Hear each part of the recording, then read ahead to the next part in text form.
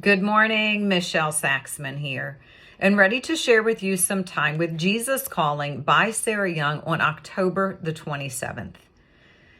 As you become increasingly aware of my presence, you find it easier to discern the way you should go. This is one of the practical benefits of living close to me. Instead of wondering about what is on the road ahead or worrying about what you should do if or when, you can concentrate on staying in communication with me. When you actually arrive at a choice point, I will show you which direction to go. Many people are so preoccupied with future plans and decisions that they fail to see the choices they need to make today.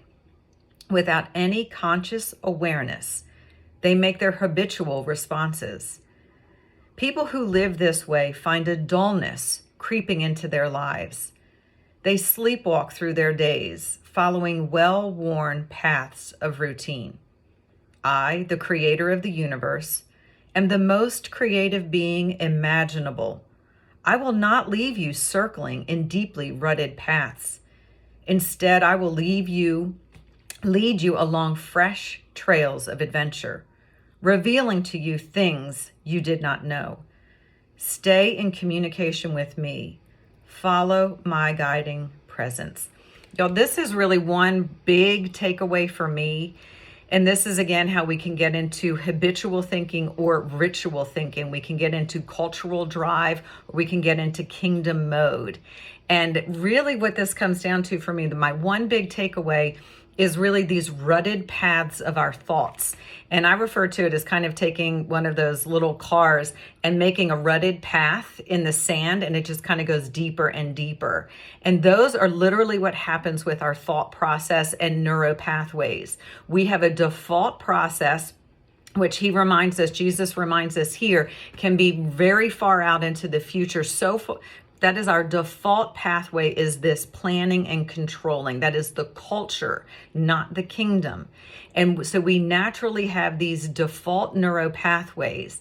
And he says, but the more you go on this journey with me and you seek continual communication and communion with me, y'all, it's going to change our thought process. He's going to get us out of that rutted neuro pathway, the usual routine, the habitual thought process, and we're going to see, hear, and feel which direction we should go. We are not going to have our thoughts worried about what's going to happen in the future and blah, blah, blah, blah, and playing things out.